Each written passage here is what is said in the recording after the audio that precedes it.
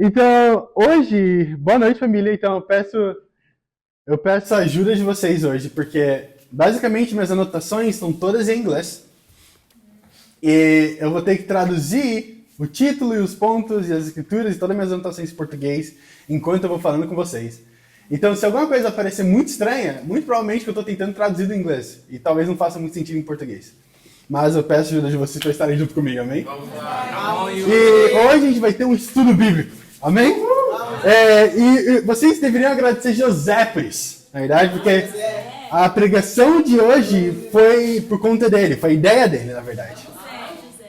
Então a gente vai começar, na verdade, a gente vai começar agora uma nova série na Bíblia, parecida com o que a gente fez no livro de Josué, mas agora no Novo Testamento, amém? E essa série vai ser no livro de Marcos. Então, muito conhecido também como João Marcos. Também através da Bíblia. Muitas vezes ele é mencionado apenas como João, ou então como João Marcos, ou como Marcos. A gente tentar entender um pouco mais sobre ele em si. E claro, a gente precisa estudar o livro de Marcos se a gente quiser deixar uma marca aqui na igreja. Uma marca aqui em Moçambique. A gente precisa estudar esse livro. Esse livro é muito incrível. Então hoje a gente vai fazer algo diferente. Por conta da ideia brilhante do nosso irmão José, a gente vai, na verdade, ao invés de pular diretamente para o capítulo 1 de Marcos e começar a nossa série, a ideia é de dar uma introdução ao livro de Marcos. Então, explicar quem era Marcos. Por que esse livro foi escrito? Da onde que veio?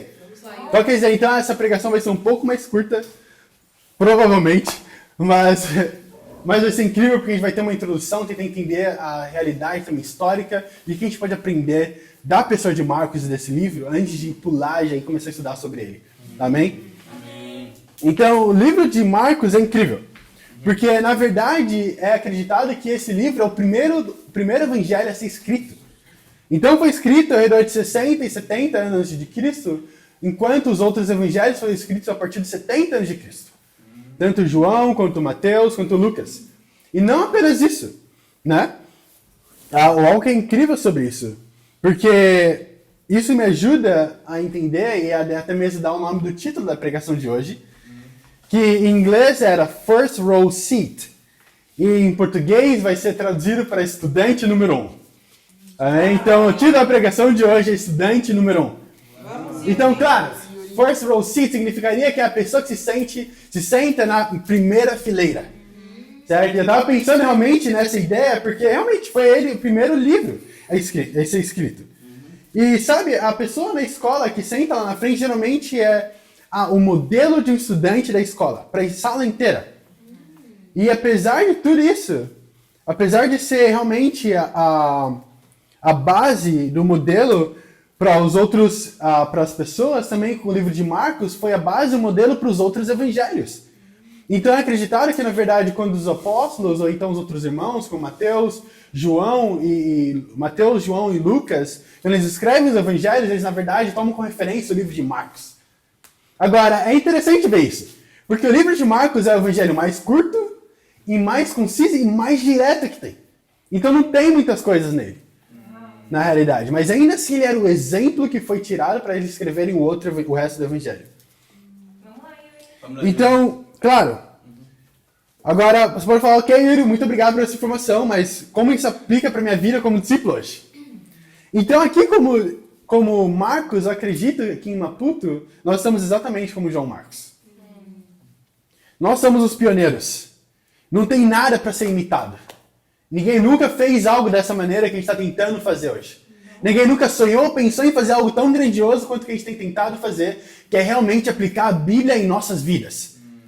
Você pode falar de pessoas que inventaram avião, como foi inventado lá no Brasil. Muitos falam que foi nos Estados Unidos, mas não foi o primeiro, foi no Brasil.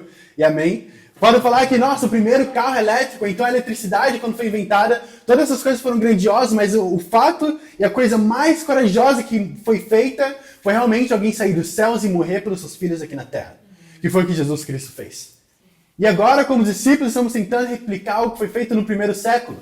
Que é realmente perder a nossa vida para poder viver para Cristo. E não tem nada que foi feito dessa maneira aqui. Não tem outro lugar que você possa ver e imitar para falar, olha, eles fizeram, a gente pode fazer a mesma coisa. Mesmo que eles fizerem em outros países, em lugares diferentes, aqui é uma cultura diferente. Com pessoas diferentes. Com uma realidade diferente. Então o que vai precisar acontecer? Pessoas diferentes. Eu acredito que todo país, toda cidade, todo estado, então a província, necessita de um João Marcos. E agora nós somos esse João Marcos. Nós somos esse Marcos que vai realmente fazer um marco na história de Moçambique. Vamos lá, Yuri. Vamos lá, Yuri. Sabe, eu acredito que realmente nós estamos sendo os estudantes número 1. Nós somos aquele estudante que vai sentar na primeira fileira da escola. Que vai ser o exemplo para todo mundo que vier depois da gente. Para poder ver, ok, foi assim que José fez. Então eu posso fazer assim porque eu vi ele fazendo e deu certo. Foi assim que o Damião fez. Eu vi ele trabalhando, eu vi ele estudando a Bíblia com as pessoas. Eu vi o exemplo que ele deu no estudo. Então eu vou fazer a mesma coisa. Foi assim que a Carol fez. Eu vi como ela conseguia conciliar o trabalho dela e também a vida como discípula. Então se ela conseguiu fazer, eu consegui imitar e fazer a mesma coisa.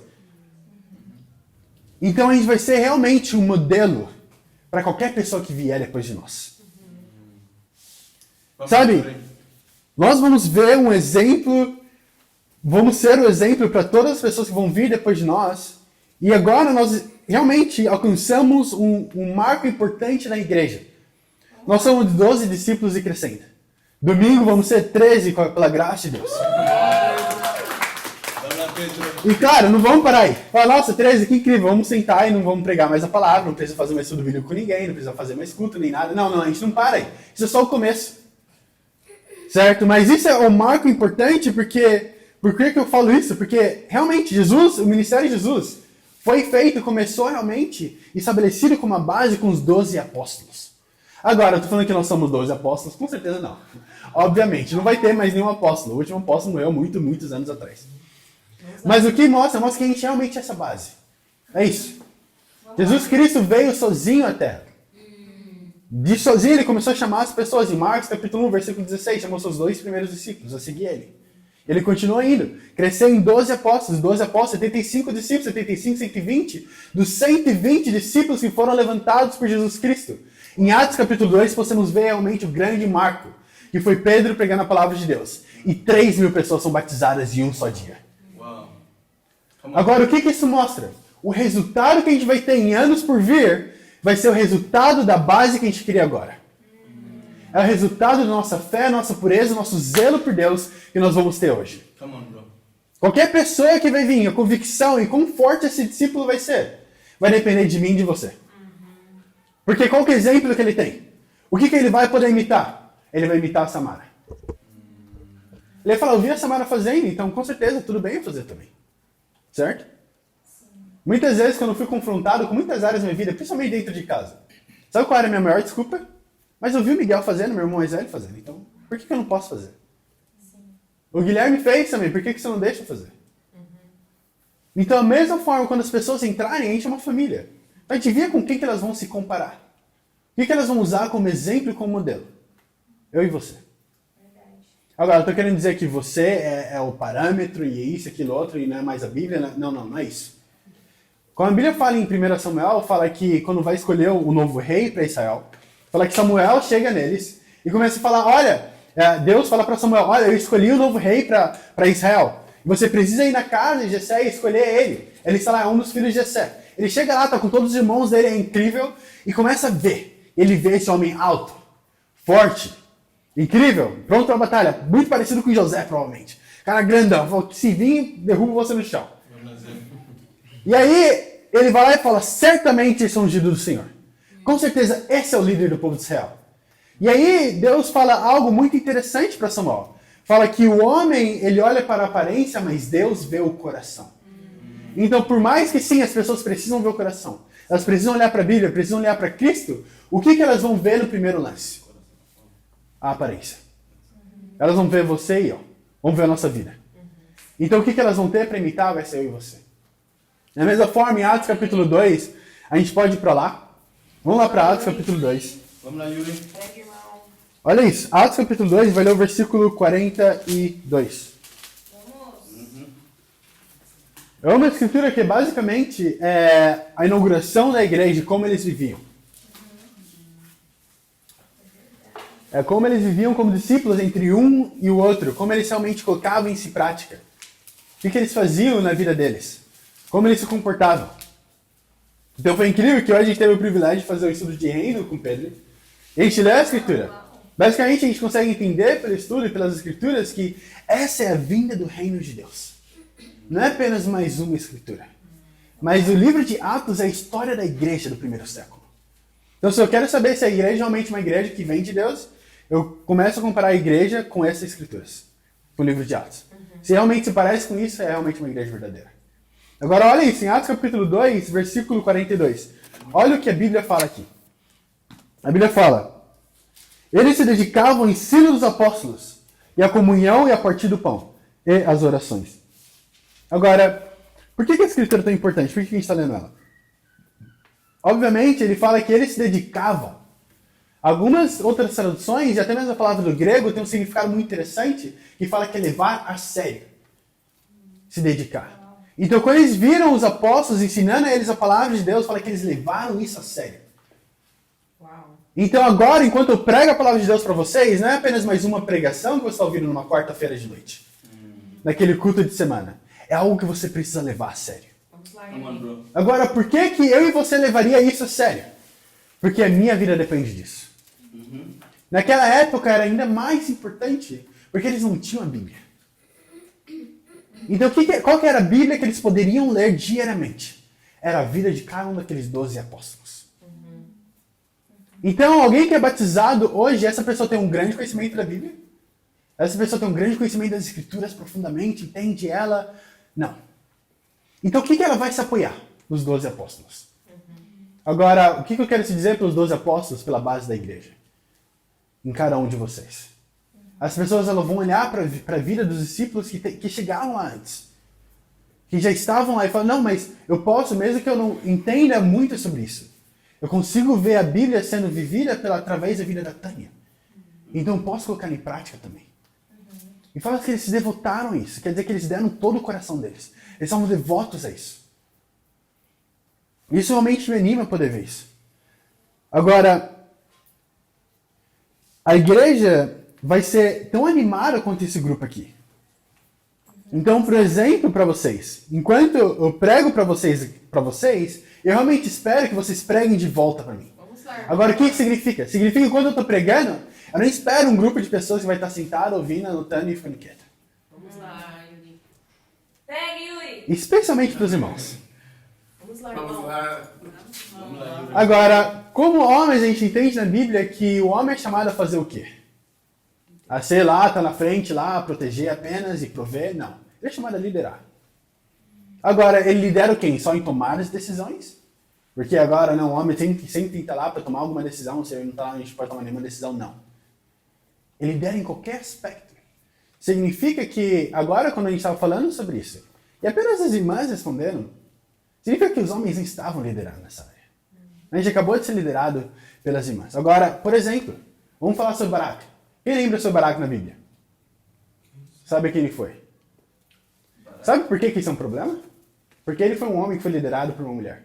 Quem lembra quem é Débora? Quem já ouviu falar de Débora na Bíblia? Ela que liderou Baraque. Ninguém lembra de Baraque. Ninguém sabe quem ele foi. Ninguém nunca vai lembrar do nome dele. Muito menos o esposo dela, que não estava lá para liderar, porque ela estava liderando. Se o homem de Deus não tomar a decisão de liderar o povo de Deus, ele não vai ser lembrado. Ele vai ficar para trás. Ninguém vai conhecer ele. Ele não vai ter nenhum impacto. E muito menos o reino. O reino não ficou tão perdido na vida, na história do reino de Deus, enquanto não tinha um líder. A Bíblia fala em 2 Reis, no último capítulo, no último versículo, fala que naquela época não havia rei em Israel e o povo fazia o que eles queriam. Então, quando não tem um líder no povo de Deus, enquanto só as irmãs são animadas, os irmãos estão mais acanhados, não querem liderar, não querem ir lá na frente. Sabe o que Baraque fala para Débora? Fala, eu não posso ir para a guerra, eu só vou para a guerra se você estiver na minha frente, se você for comigo. Imagina isso. Quando o homem é chamado para ir para a guerra e liderar o povo de Deus, ele estava com medo de ir para a guerra se a Débora não fosse com ele. Nós somos chamados realmente a tomar a frente. Então, enquanto a gente prega, enquanto a gente fala, o problema, né? O que as pessoas vão pensar de mim se eu falar, vamos lá, irmão, prega, irmão. Ou quando algum outro irmão está aqui fazendo bem-vindo, vamos lá, irmão, vamos lá, moça, prega, moça. Está super animado por isso. Por quê? Porque é seu irmão lá na frente. Eu quero pregar de volta para ele, eu quero encorajar ele, eu quero encorajar as irmãs quando estão aqui compartilhando também. Depois de compartilhar uma boa notícia, ela está falando sobre quão Deus foi incrível na vida dela. A sua resposta, como você vive aqui dentro, vai mostrar o quão devoto você realmente é um ao outro.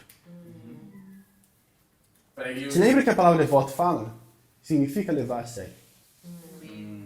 Muitas vezes a gente não está tão animado quando as coisas acontecem durante a pregação, ou durante as boas notícias, ou através das coisas, porque a gente não está realmente levando o reino de Deus a sério.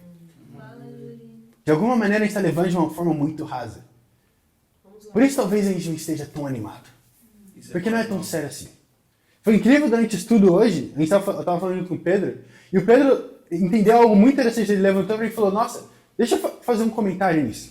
E aí ele falou, na escritura de reino, em Lucas, quando fala, arrependam-se, pois o reino de Deus está próximo. Ele falou, nossa, isso é muito interessante, né? Porque Jesus fala para eles se arrependerem porque o reino de Deus está próximo. E significando que se eles não se arrependessem e morressem, eles iriam para o inferno. Então muitas pessoas agem de forma diferente. Aí ele falou, e realmente é assim hoje, muitas pessoas agem dessa forma. E realmente, muitas pessoas não levam o reino de Deus a sério. Não levam a palavra de Deus a sério. Agora, o último lugar que a gente espera com que isso aconteça é aqui dentro. Vamos lá, Yuri.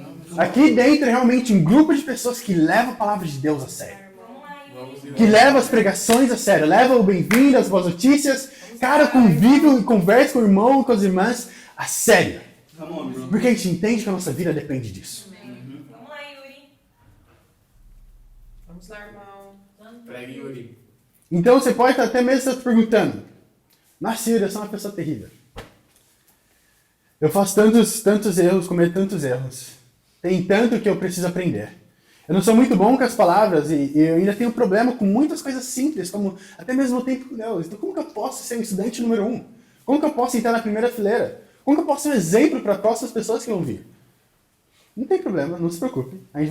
Eu vou te ajudar, mostrando as escrituras.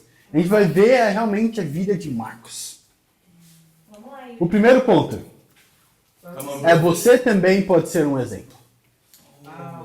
Você também pode ser um exemplo. Em inglês era You too can be an example. Então você também pode ser um exemplo. Vamos, Yuri. Pega. Vamos lá, Yuri. Então Marcos era um discípulo incrível. A gente não tem muitas informações sobre a vida dele, na verdade, na Bíblia. Mas é incrível que, na verdade, mesmo que não esteja tantas informações assim dentro da Bíblia, a gente tem tantas informações sobre ele fora da Bíblia.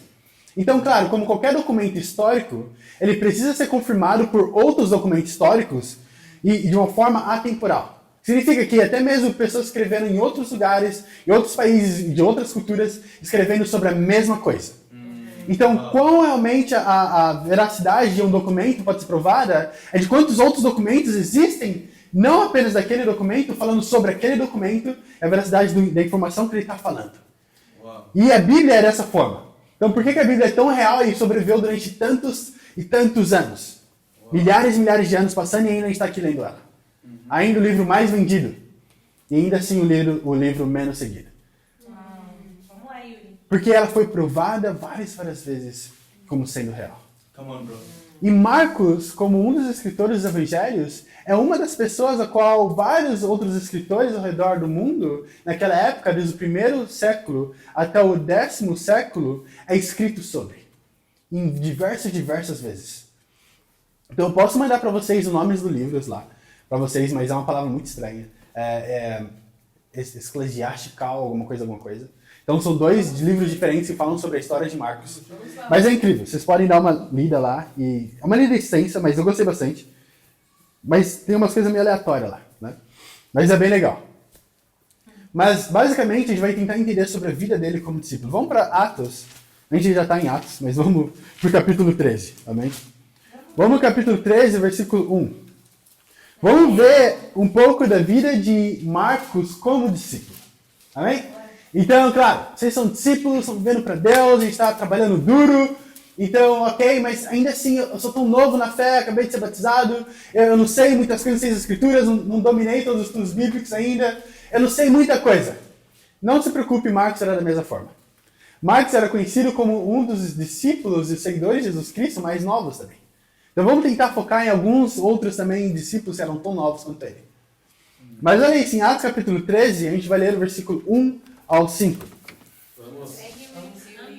Olha o que a Bíblia fala. A Bíblia fala assim. Na igreja de Antioquia havia profetas e mestres Barnabé, Simeão, chamado Níger, Lúcio de Cirene, Manaém, que fora criado com Herodes, o Tretarca, e Saulo. Enquanto adoravam o Senhor e jejuavam, disse o Espírito Santo: separa-me Barnabé e Saulo para a obra que os tenho chamado. Assim, depois de jejuar e orar, impuseram-lhes as mãos e os enviaram. Enviados pelo Espírito Santo, desceram a Seleucia e dali navegaram para Chipre. Chegando em Salamina, proclamaram a palavra de Deus nas sinagogas judaicas. João estava com eles como auxiliar. Uau. Então esse João que eles estão mencionando aqui é João Marcos. Então fala que Saul, Barnabé, então fala que Deus enviou esse time missionário. Fala que o Espírito Santo de Deus falou para eles, fala, separa para mim Barnabé e Saulo. E não apenas isso, leva Marcos com você como auxiliar. E aí eles são enviados nesse time missionário. Então imagina isso, ele foi chamado por Deus. O Espírito Santo de Deus chamou eles para poder pregar a palavra de Deus. Agora, isso é incrível. A Bíblia fala que João Marcos estava lá como um ajudante, um auxiliar no Evangelho. Sim. Então ele era, como, por exemplo, seria como o braço direito de Saulo e de Barnabé. Né? Saulo depois conhecido como Paulo. Na verdade, esses eram os dois nomes de Saulo. Não é que ele mudou de nome, ele não muda de nome. Era um nome para os romanos e outro nome para os judeus. Que era mais fácil para eles falar. Saulo era o nome dos judeus, porque era em referência ao primeiro rei, como Saulo. E depois Saul, e depois Paulo para os romanos, porque era mais fácil para eles poderem pronunciar essa palavra, ele receber esses dois nomes. O que é incrível, na verdade, entender, porque realmente a Bíblia nunca fala que o nome dele foi mudado. Né? Mas aqui, basicamente, ele era o braço direito para Barnabé e para Saulo. Agora, sabe o que é incrível? É que Barnabé, na verdade, era o primo de Marcos. E isso é interessante entender, que a Bíblia fala em Colossenses capítulo 4, fala que ele era o primo dele. Isso é incrível, porque se eu estivesse no lugar dele, eu me sentiria muito intimidado. Barnabé era um dos líderes. Era, na verdade, líder até mesmo de Paulo. Agora, imagina isso. O seu primo é Barnabé. Um dos maiores líderes do movimento. Da Igreja de Deus. E agora, para seguir ele, ser o ajudante dele, eu tenho toda essa pressão. Agora, compartilhando um pouco com vocês a minha vida, eu cresci como filho do pastor. E uma das partes mais difíceis foi que ninguém nunca soube meu nome. Eu era o filho do pastor. Então, qualquer coisa que acontecesse era, fala com o filho do pastor. Ah, você é o filho do pastor. Então, vê com o filho do pastor o que ele está fazendo. Esse era o meu nome. Muitas pessoas nem sabiam o meu nome naquela igreja. Muito provavelmente. E era isso, eu tinha que viver na sombra do meu pai. Então, tudo que eu fizesse, poderia ou manchar o nome do meu pai ou levantar o nome dele. Agora, eu acredito que para Marcos também não foi muito diferente. Ele estava vivendo dessa forma. Agora, essa também a gente consegue entender que essa não foi a primeira vez que ele vai no time missionário com eles, ou pregar a palavra, porque a gente vê em Atos capítulo 12, versículo 25, fala que ele já foi numa outra viagem missionária também. Então agora, por que isso é importante? Ele estava lá com eles, servindo e fazendo tudo. Mas uma vez um discípulo, não sempre um discípulo. Uma vez um missionário, nem sempre um missionário. Uma vez alguém muito animado, nem sempre tão animado. Uma vez um exemplo, nem sempre um exemplo. Vamos lá, Yuri. Vamos mover aqui no mesmo capítulo, Atos capítulo 13. Vamos para o versículo 13. Vamos, Yuri. Vamos lá, bro. Vamos entender o que aconteceu aqui com Marcos depois de todo esse tempo. Então, claro, ele estava lá com Barnabé e Saulo pregando a palavra de Deus, sendo como um ajudante. Mas olha isso, no versículo 13. Olha o que a Bíblia fala. De Pafos, Paulo e seus companheiros navegaram para Perge na Panfilha. João os deixou ali e voltou para Jerusalém. Ok. Vamos para Atos capítulo 15. Então aqui no versículo 13, que a gente acabou de ler, fala que João Marcos tinha deixado eles. Agora, ok. Se você apenas lê isso, você fica pensando, ok. Ele voltou para casa. Né? Foi para casa, estava lá, de boa, terminou o trabalho, ele foi para casa, descansar, ficar de boa. Não sei, então servir talvez em outra igreja, né? Qualquer coisa poderia ter acontecido. Mas um pouco mais tarde, isso é explicado o que realmente aconteceu. Agora, olha isso, vamos continuar lendo aqui. Vamos no capítulo 15, vamos ler do versículo 36. Vamos tentar entender o que realmente aconteceu com João Marcos. Por que ele deixou Paulo e Barnabé? Olha isso. Atos capítulo 15, versículo 36 ao versículo 41. A Bíblia fala assim. Algum tempo depois, Paulo disse a Barnabé: voltemos para visitar os irmãos em todas as cidades onde pregamos a palavra do Senhor, para ver como estão indo. Barnabé, que estava Barnabé, que iria levar João, também chamado Marcos. Mas Paulo não achava prudente levá-lo, pois ele abandonou-os na Panfilha. Não permanecera com eles no trabalho. Tiveram um sentimento tão sério que se separaram. Barnabé, levando consigo Marcos, navegou para Chipre. Mas Paulo escolheu Silas e partiu encomendado pelos irmãos à graça do Senhor. Passou então pela Síria e pela Sicília, fortalecendo as igrejas. Uau! Então, o que realmente aconteceu com João Marcos? Eles estavam juntos, Barnabé e Saulo, o incrível irmão, e estava lá o seu primo, Marcos. E tá lá Barnabé falando com Paulo e fala: olha, a gente vai para outra viagem missionária. Eu quero levar my boy, entende, meu garoto, comigo, Marcos, meu primo. A gente vai junto, vai pregar a palavra, a gente pode ajudar as outras igrejas. E Paulo olha para ele e fala: eu não acho que é uma boa ideia. Porque quando a gente foi para Panfilha, Marcos acabou nos abandonando no trabalho. Ele fugiu e voltou para casa. Alguns pensam que a amargura, na verdade, não era a amargura dele. Era que Paulo não estava preparado para o trabalho. Marcos não estava preparado para o trabalho. Quando ele estava lá tentando ajudar, fazendo todas essas coisas, o que acontece é que ele foge. Ele sentiu como que essa missão foi muito difícil nele. Ele decide sair do ministério. Ele fala que ele apenas tinha saído, ele fala que ele desertou.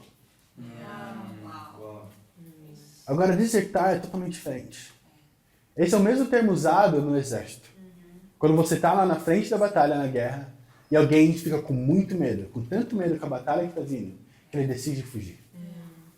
Decide desistir, deixar tudo para trás. E Paulo fala que quando ele estava lá pregando a palavra de Deus, junto com Barnabé, na Panfilha, Marcos viu a situação que estava acontecendo, viu a perseguição, viu toda a batalha, o campo de batalha, e ele escolheu desistir. Então esse mesmo Marcos que escreveu o evangelho, o primeiro evangelho, o pioneiro, é o mesmo Marcos que fugiu da batalha. Que olhou para tudo aquilo e pensou: eu não consigo fazer isso. Ele olhou para tudo isso e falou: não, eu não consigo. Eu não consigo fazer isso mais. Foi literalmente uma pressão de ser o primeiro. E ser realmente o modelo foi muito para ele. E eu entendo, isso é verdade.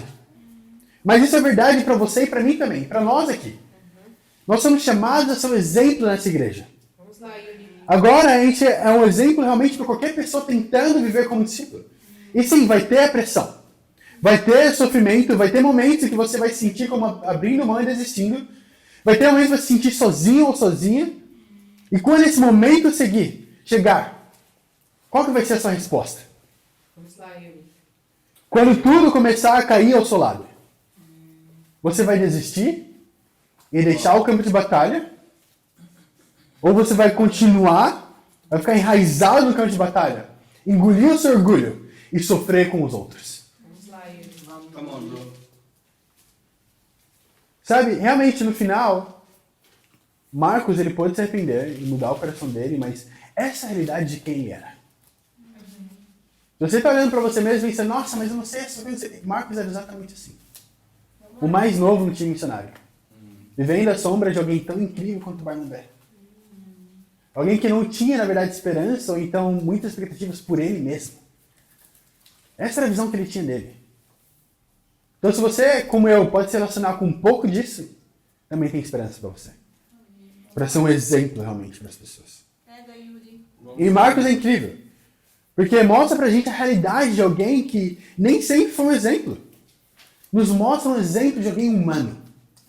Alguém que tem erros, que tem pecados e que precisou ser ajudado. Alguém que cometeu tantos erros que eu começo a pensar que talvez estava falando do Yuri e não de Marcos. Quando Jesus é preso, quando a gente consegue ver na Bíblia, em Mateus 26, por exemplo, e também nos outros evangelhos, acredita-se que Marcos era o rapaz, o jovem que saiu correndo pelado, que tinha tanto medo do que estava acontecendo. Esse era Marcos. Mas o que isso mostra? Que não foi a primeira vez que ele correu da batalha. Não foi a primeira vez que ele pensou em desistir. Não foi a primeira vez que a pressão era tão grande que ele espanou. Era parte do caráter dele. O que isso mostra?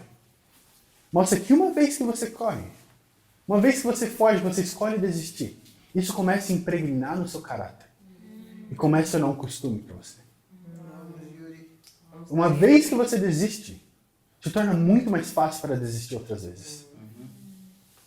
Uma vez que você abre mão de lutar para alguém, a próxima vez que essa mesma situação chegue, vai ser muito fácil para você abrir mão dessa pessoa novamente.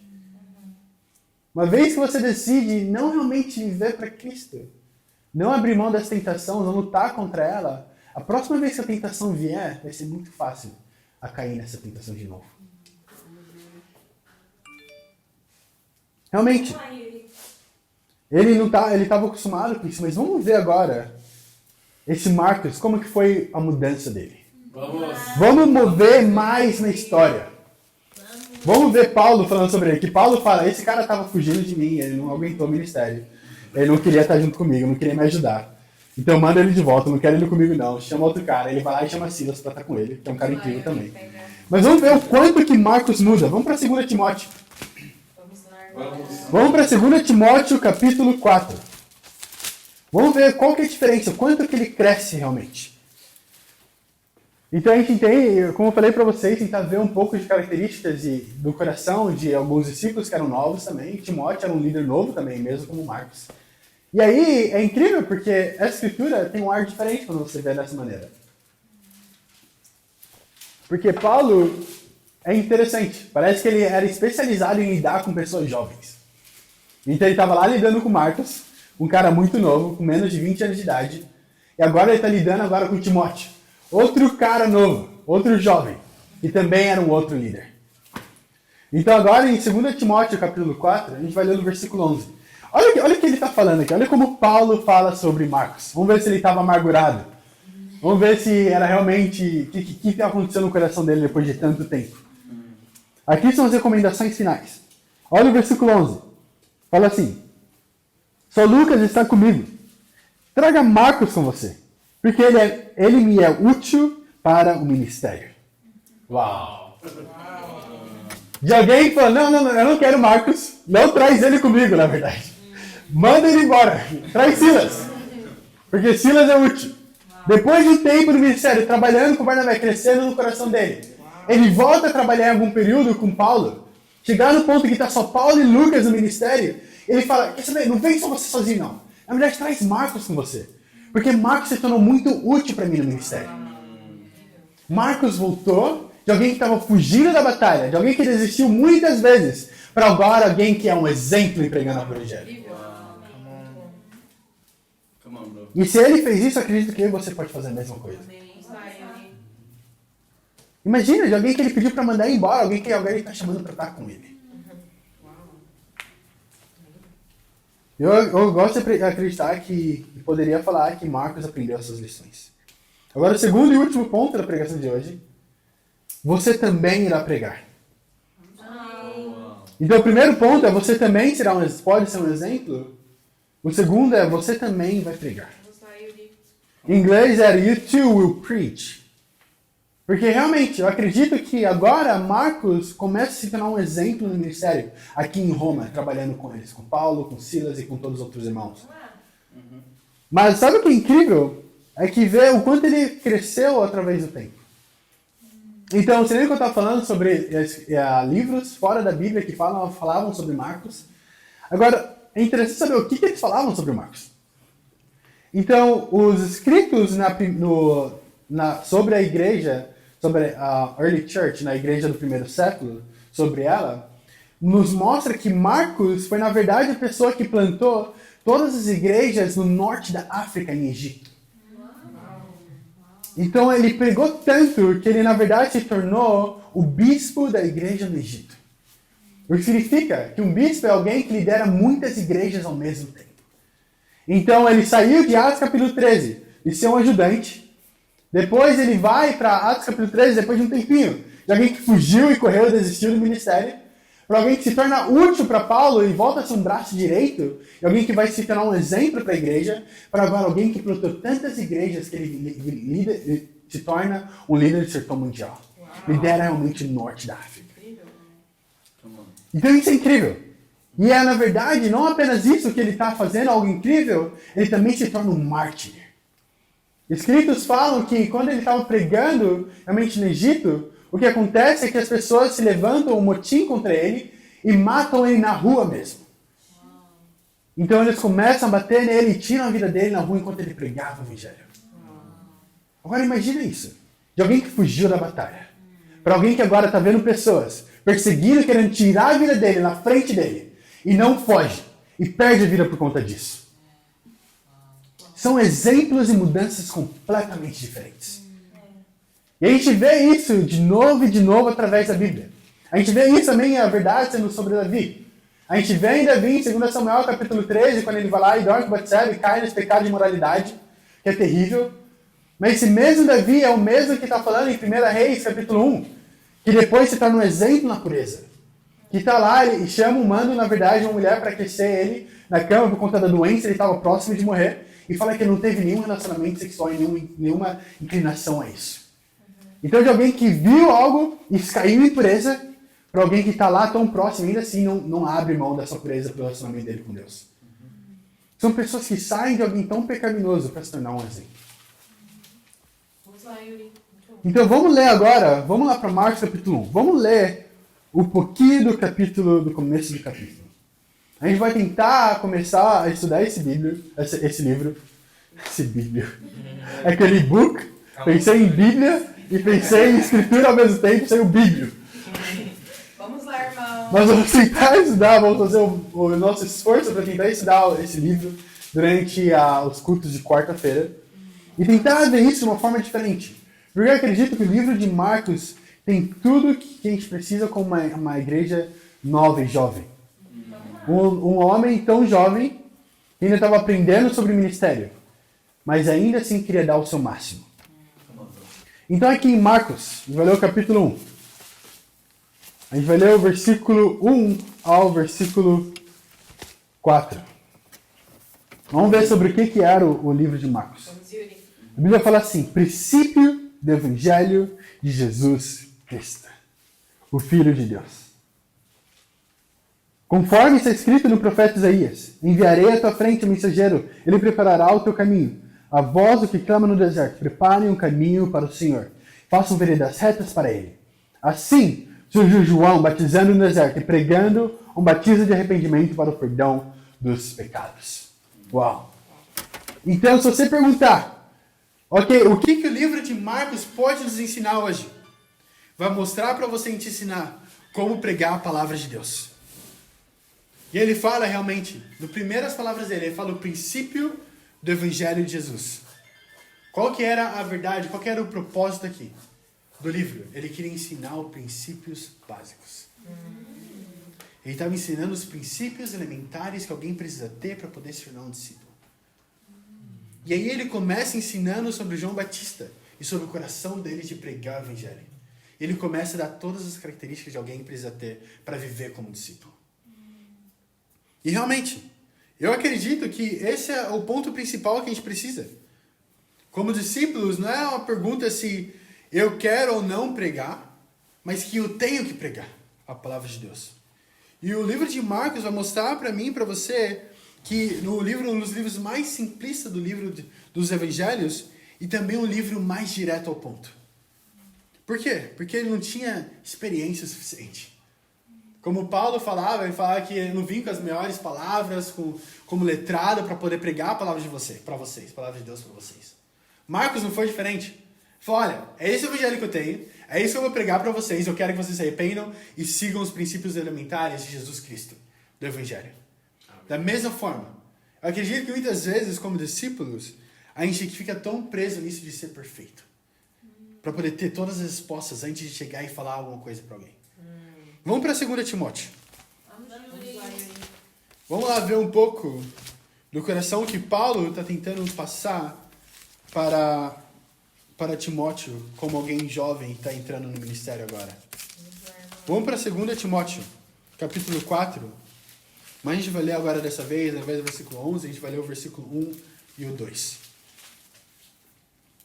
A Bíblia fala assim: na presença de Deus e de Cristo Jesus, que há de julgar os vivos e os mortos, por sua manifestação e por seu reino, eu o exorto solenemente. Pregue a palavra e seja preparado em tempo e fora de tempo. Repreenda, corrija, exorte com toda a paciência e doutrina. Uau! Como novo discípulo, eu quero encorajar vocês. Parem de realmente pensar e querer ligar para ser perfeito e comece a fazer algo. Vamos lá, Yuri. Por exemplo, cantar as canções juntas. Vamos lá, Yuri. Não importa se você não é o melhor cantor do mundo. Eu não sou o melhor cantor do mundo também. Mas ainda assim eu quero cantar a Deus. Isso. Não importa se você realmente não sabe todas as letras. Não sei, tudo bem, faz como Mussa. Muitas das letras ele não sabe, porque é em português. E se olhar pra ele, ele tá na e é incrível, ele tá super animado. Mas ele, sem saber as letras, sem saber o que a música tá falando, tá mais animado do que a gente fala português fluentemente. Vamos lá, mocinho. Imagina isso, sem entender a profundidade das letras de cada canção. Sem entender o que a gente estava falando. Realmente, a alegria está no coração daquele que já conhece Jesus.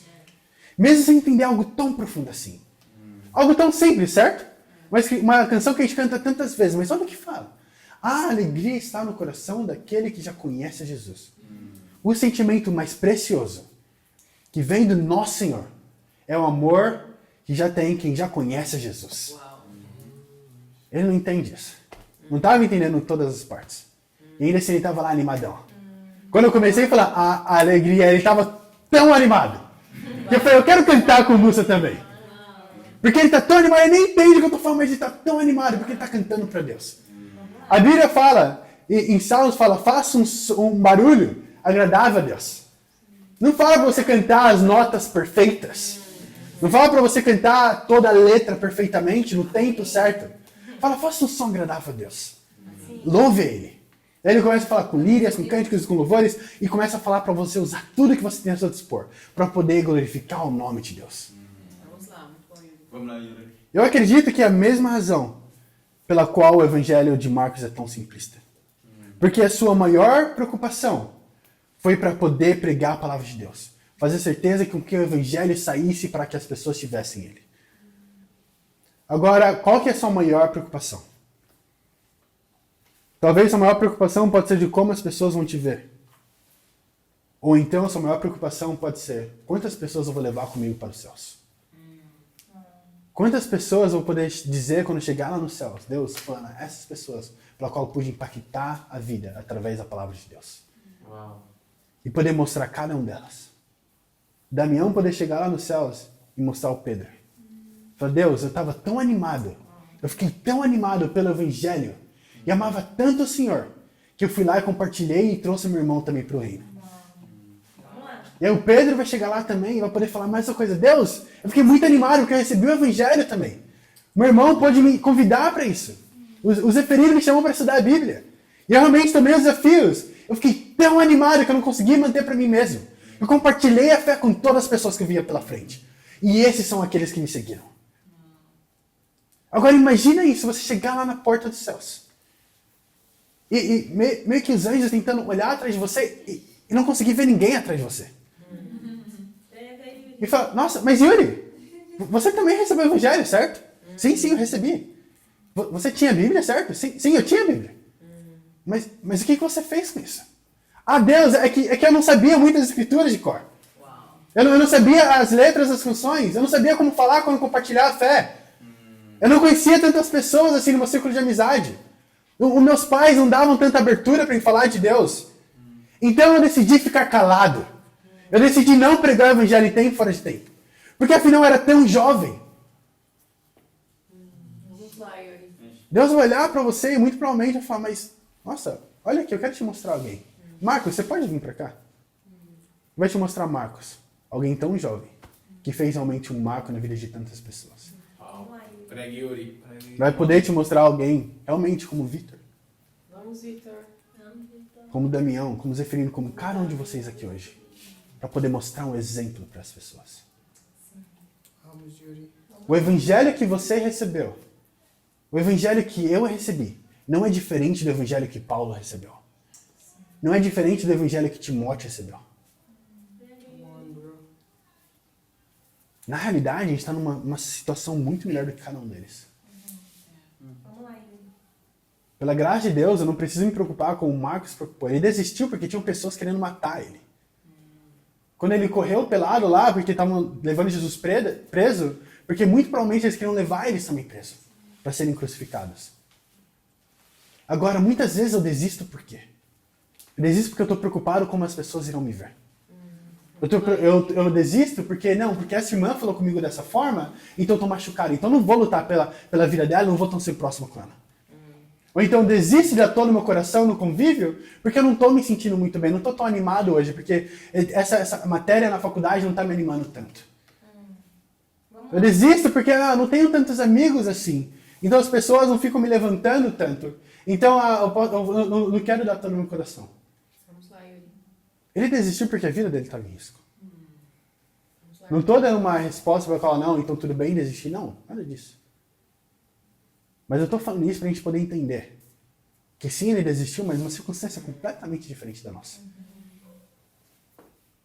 Sabe, é incrível Gálatas capítulo 5, no versículo 19, se não estou enganado, 19 ou 9. A gente pode ir para lá, só para Vai, Yuri. não citar a escritura, né? Vamos, Yuri. Gálatas capítulo 6, versículo 9. Vamos lá, Yuri. Olha o que a Bíblia fala. Vamos, bro. Eu vou ler aqui só por conta do tempo. Fala assim: e não nos cansemos de fazer o bem, pois no tempo próprio colheremos, se não desanimarmos. É incrível porque em inglês fala if you do not give up. O que significa que você vai poder colher os frutos do seu trabalho duro, se você não desistir. Então o que você precisa ter para poder ser realmente frutífero? Qual que é o segredo de dar frutos para Deus? Seja com pessoas batizadas ou os frutos do Espírito, que é realmente seu coração mudando e crescendo no seu relacionamento com Deus. É não desistir. Vamos lá, Yuri. Come on, bro. Ou perseverar. Sabe, em Romanos 10, versículo 14 ao 15, a Bíblia fala que como as pessoas ouvirão se não tiver alguém com quem prega a palavra para elas. A razão pela qual a gente prega o evangelho é porque tem pessoas lá fora que precisam ouvir ele. Não tem nada a ver com quão velho ou novo você é na fé, com quantas escrituras você sabe, ou com quão bom você é falando com as pessoas. Tem a ver realmente com que tem pessoas lá fora morrendo sem saber a verdade. Diariamente. Da mesma forma que Marcos, que sentiu a urgência de pregar a palavra de Deus, o Evangelho, nós como discípulos temos o mesmo chamado hoje. Marcos não esperou pelo tempo perfeito, pelo momento para se sentir totalmente preparado. Quando a Bíblia fala em Hebreus sobre Abraão, ele fala que Abraão obedeceu e foi. Abraão não começou a pensar, mas Deus, isso e aquilo outro. Não, fala que ele obedeceu e foi. Deus tinha chamado ele para ir para a terra prometida. Não falou onde seria, não falou como seria, como chegar lá, quem estaria lá, como que ele pegaria, tomaria posse da terra prometida, só falou para ele ir. Ele obedeceu e foi. Marcos tinha essa urgência. Ele entendia, esse é o meu chamado, Deus me deu esse chamado de pregar a palavra de Deus. Não é diferente para mim e para você. A gente tem o estudo do discipulado, que basicamente fala de como um discípulo vive. E fala do propósito da vida de um discípulo, que é fazer outros discípulos. Então, se você tem vivido como discípulo, mas esse não tem sido o seu propósito, você não tem sido um discípulo. É como um médico que entra lá na sala de operação e vai lá e fala, não quero operar ninguém hoje. Então você não é um médico. Você tem um diploma, está lá dentro, mas ainda assim você não está exercendo isso. Pode ser qualquer outra coisa. Pode se tornar um professor de medicina, pode se tornar o que você quiser, mas você não é um médico. Você não está exercendo isso. Um jogador de futebol que assiste tantos jogos, faz tantos treinos, mas não entra em um jogo. Qual que é o ponto disso? O desafio de hoje é bem simples. Pega, irmão. Que é uma pergunta, na verdade. Quem foi o seu Life Talk essa semana? Basicamente um segmento do desafio dado no domingo. Vamos lá, Yuri. Se você realmente prestou atenção a isso, você realmente foi atrás de seguir, realmente colocar esse desafio em prática, se não, você deveria perguntar a si mesmo: quando foi a última vez que você realmente prestou atenção e tomou um desafio a sério? Qual foi a última vez que um desafio numa pregação foi dada e você realmente colocou em prática? Você lembra como a gente leu em Atos capítulo 2, eles levaram a sério? Qual foi a última vez que um desafio dado pela Bíblia foi dado a você e você realmente levou isso a sério? O desafio ainda permanece o mesmo, para pregar o Evangelho e ajudar o maior número de pessoas possível, para ajudar elas a conhecerem o Evangelho. Não importa se você se sentir inadequado, não importa se sentir fora do lugar, não importa se você acha que você não é a pessoa certa para o trabalho. Se você é um discípulo, você é mais do que adequado para isso. Porque Deus olhou do céu, viu 8 bilhões de pessoas e pensou: sabe qual que é o futuro dessa nação? Vai ser o Victor. Vamos lá, Vitor. É isso. Vamos lá, Vitor. Ele olhou entre todas as pessoas no mundo inteiro, escolheu especialmente você. Vamos. E eu gosto de acreditar que Deus não erra. Que não foi um engano. Ele não me escolheu por engano ou por acaso. Não foi que ele escorregou e apertou o botão errado e aí me escolheram e me tornei um discípulo. Eu acredito que Deus escolheu de uma forma específica cada um de vocês aqui. Sim. Vamos lá, Yuri. Então esse é o desafio. Pregue a palavra de Deus. E para Deus será dada glória. Amém. Amém.